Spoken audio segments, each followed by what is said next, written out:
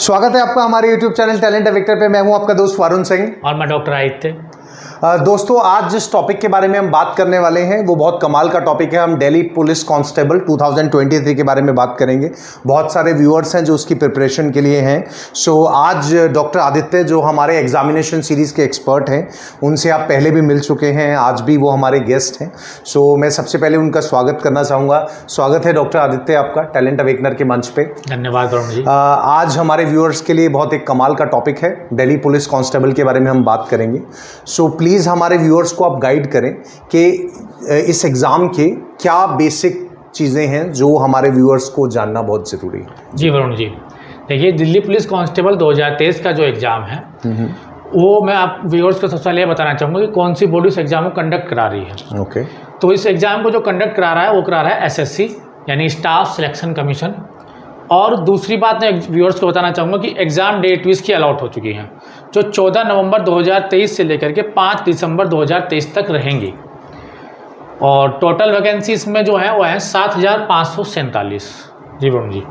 Okay, ठीक है। So viewers, अभी डॉक्टर आदित्य ने हमें बेसिक गाइडलाइंस दी। उन्होंने बताया कि ये जो एग्ज़ाम है इसको कंडक्ट करने वाली जो बॉडी है उसको हम SSC के नाम से जानते हैं, जिसको हम स्टाफ सिलेक्शन कमीशन भी बोलते हैं।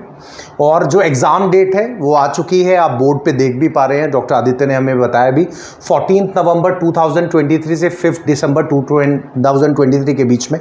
तो इस डेट को याद रखिएगा, ये बहुत इंपॉर्टेंट है। और जहाँ वैकेंसी की बात आती है तो 7547 वैकेंसीज अवेलेबल हैं और आपको ध्यान रखना है क्योंकि इन्हीं में से किसी में आपका नंबर है जो आएगा। सो इस चीज़ को भी ध्यान रखिएगा। और डॉक्टर आदित्य, इसमें एक चीज़ और मैं जानना चाहूँगा कि एज का क्या क्राइटेरिया है, हमारे व्यूअर्स को प्लीज़ इस बारे में भी गाइड करिए आप। जी वरुण जी, जो इसमें एज का क्राइटेरिया है वो 18 ईयर्स टू 25 ईयर्स के बीच के जितने भी कैंडिडेट हैं, पुरुष और महिला दोनों, और ये एज 18 से 25 साल के बीच। ओके। सो व्यूअर्स, हमें एज क्राइटेरिया भी पता चल गया कि 18 से 25 साल के बीच में जो इंडिविजुअल्स हैं वो एप्लीकेबल हैं इस एग्ज़ाम के लिए। डॉक्टर आदित्य, इसी कड़ी में हम आगे बढ़ते हैं। हम जब क्वालिफ़िकेशन का क्राइटेरिया की बात करते हैं हम लोग, सो हमने पहले भी कुछ एग्ज़ाम्स के बारे में जब बात करी तो उसमें कुछ क्वालिफ़िकेशन क्राइटेरिया था, बट यहाँ बात दिल्ली पुलिस के बारे में हो रही है और कहीं ना कहीं ये थोड़ा सा डिफरेंट रहेगा जो क्वालिफ़िकेशन का क्राइटेरिया होगा। तो प्लीज़ हमारे व्यूअर्स को बताइए कि कैसे दिल्ली पुलिस के अंदर जो क्वालिफ़िकेशन का क्राइटेरिया है वो किस तरीके से डिफरेंट है, प्लीज़। जी वरुण जी, देखिए वरुण जी, जब भी पुलिस बल या किसी भी सुरक्षा बल की वैकेंसी निकलती है तो उसमें कुछ क्वालिफिकेशन के साथ साथ कुछ फिजिकल पैरामीटर्स भी होते हैं। जैसे हमने पिछली वीडियोस में आपको बताया कि वहाँ पे हमने सिर्फ बात की कि क्वालिफिकेशन क्या चाहिए या साथ में जो भी एक्स्ट्रा क्वालिफिकेशन, लेकिन यहाँ पे जो है सुरक्षा से संबंधित भर्ती है तो इसमें कुछ फिजिकल्स पैरामीटर भी हैं। क्वालिफिकेशन तो नॉर्मली है 12th पास, किसी भी बोर्ड से आप पास हो, कोई परसेंटेज का मैटर नहीं है। मेल फीमेल दोनों के लिए 12th पास। पर इसमें एक चीज़ और एक्स्ट्रा है, मेल्स के लिए ड्राइविंग लाइसेंस कंपलसरी है जो फिजिकल के टाइम आपको शो करना होगा।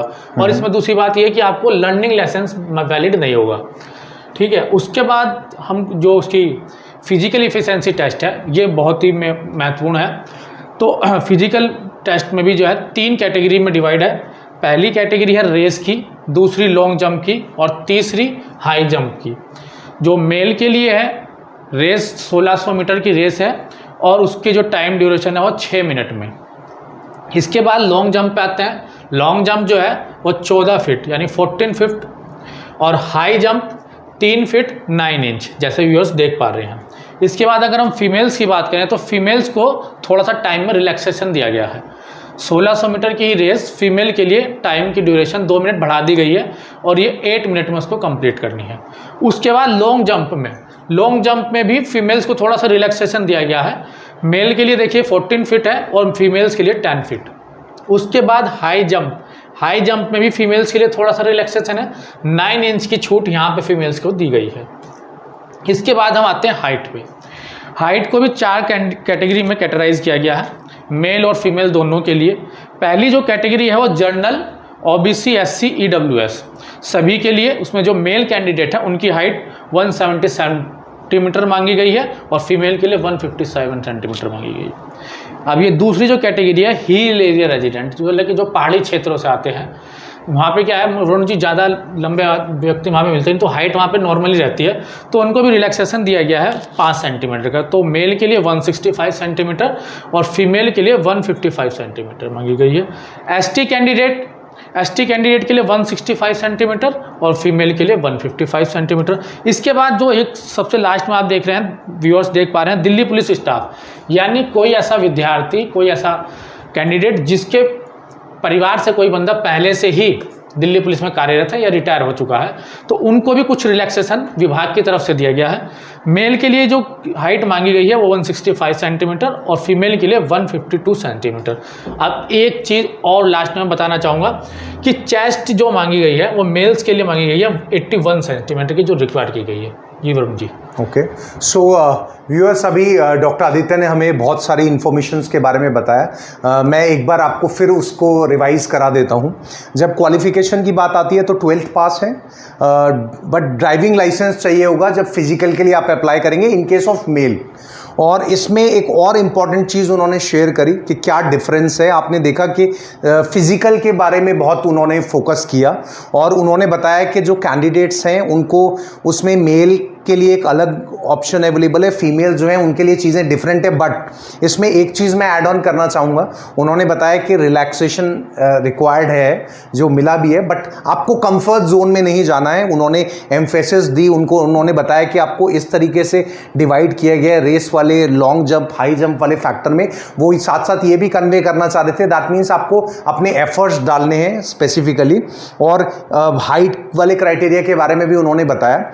सबसे इंपॉर्टेंट चीज़ जो निकल के आई इसमें यह है कि आप में से काफ़ी सारे लोग हैं जो चाहते हैं कि दिल्ली पुलिस कांस्टेबल की वैकेंसी में आप अप्लाई करें और सिलेक्ट हो जाएं, मगर एक बहुत इंपॉर्टेंट चीज़ है वो वर्दी आप पहने, उसके लिए आपको तैयार भी उतने स्ट्रॉन्ग तरीके से होना पड़ेगा जैसे उन्होंने बताया। क्योंकि ये सारी चीज़ें देखने के बाद लगता है कि रेस हो, लॉन्ग जंप हो, हाई जंप हो, इसमें प्रैक्टिस की ज़रूरत पड़ेगी। जितना आप प्रैक्टिस करते जाएंगे उतना आप अपने लक्ष्य के करीब पहुँचते जाएंगे। सो डॉक्टर आदित्य, आपको अप्रिशिएट करूँगा, आपने बड़ी बारीकी से, सिंपल तरीके से सब चीज़ें बड़ी खूबसूरती से समझाई हमारे व्यूअर्स को।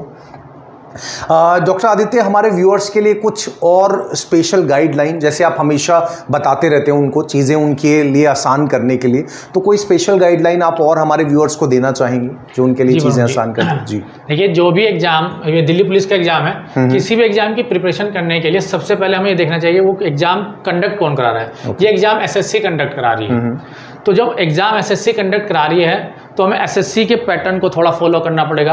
हमें प्रीवियस ईयर्स क्वेश्चन पेपर देखने पड़ेंगे, जैसे पहले एसएससी ने कराया वो किस पैटर्न पे वो एग्ज़ाम लेती है, किस किस सेगमेंट से क्वेश्चन आते हैं। तो हमें एग्ज़ाम की प्रिपरेशन के लिए मैं कैंडिडेट से बस इतना ही कहना चाहूँगा कि प्रीवियस ईयर जितने भी हैं ज़्यादा से ज़्यादा उस पर ट्राई करें, मॉक टेस्ट दें, ऑनलाइन ऑफलाइन दोनों मार्केट में अवेलेबल हैं।